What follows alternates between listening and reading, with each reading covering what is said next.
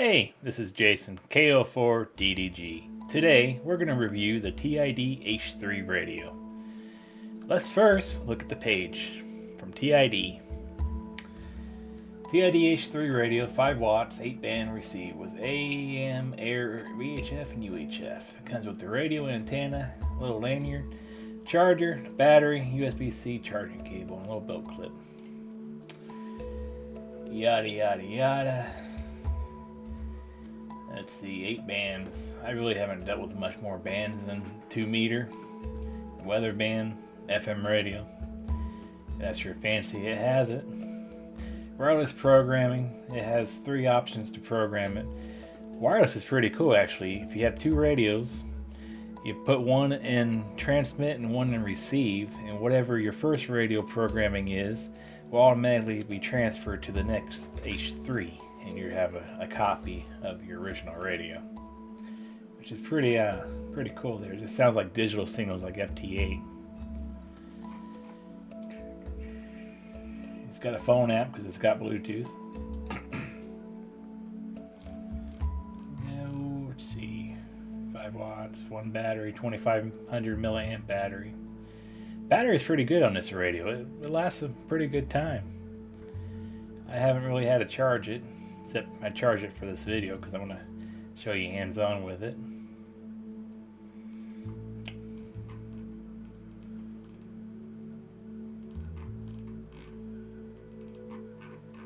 See, you either use a CPS programming software, Chirp, or Odemaster. And it'll show you what you need to do to use it.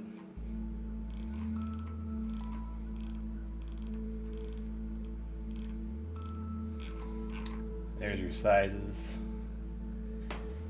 You know, it's pretty small here in my hand.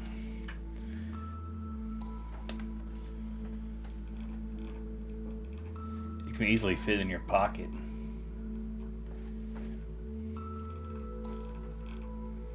Alright, let's go to the bench and I'll show you hands-on what it looks like and things. Alright, this is the TID-H3. And it has a timeout on the screen, so the screen will go dark. You just hit a button and it lights back up. This is my local repeater W4BB. Let's explore the things here. So you open this cover up, you have a mic, you have a speaker, and you have a USB port C. This one's for programming. Your battery gets charged by another USB-C on the other end. Turn some light on here.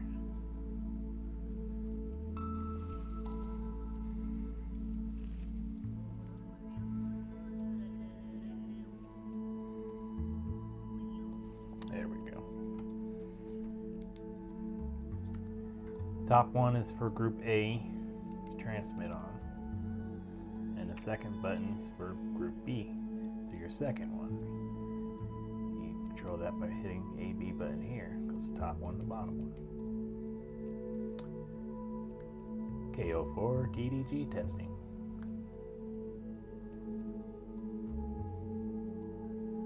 Simplex frequency. Bluetooth.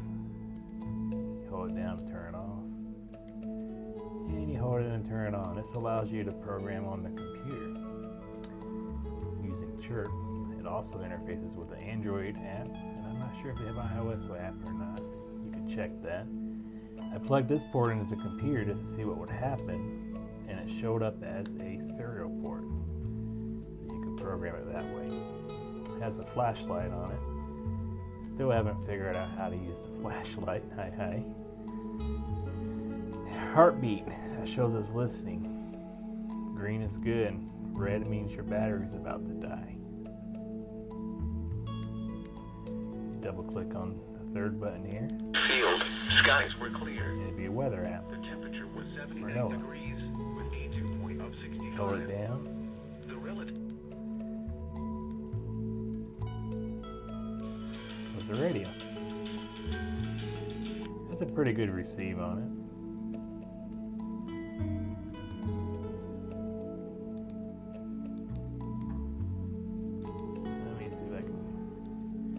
Here's my local repeater. KO4DDG testing. This is the W4PC repeater. Good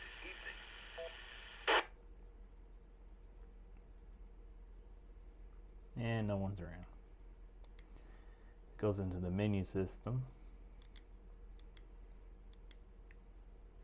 High, 5 watts is what this thing does.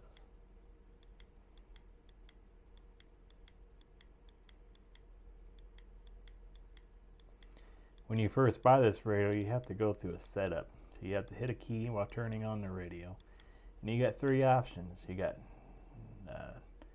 all, ham, or GMRS. Hit all, you get them all. Alright. So my impressions of it, it's a good radio. You know, stick it in your car, forget about it, turn it on when you're driving, and it's there. You know, sometimes I have to turn it all the way up to hear it. Then the speaker will kind of distort a little bit. The keypad is really tiny. So if you have big fingers like I do, you maybe have some difficulty hitting the keys. Would I recommend it for $30 for a handheld? That's a little bit better than a Baofeng because you got the color screen. You really can't beat it. So this was my review of the TID-H3. 7-3, y'all. We'll see you around. Like and subscribe if you like my content. We can use all the support we can get. 7-3.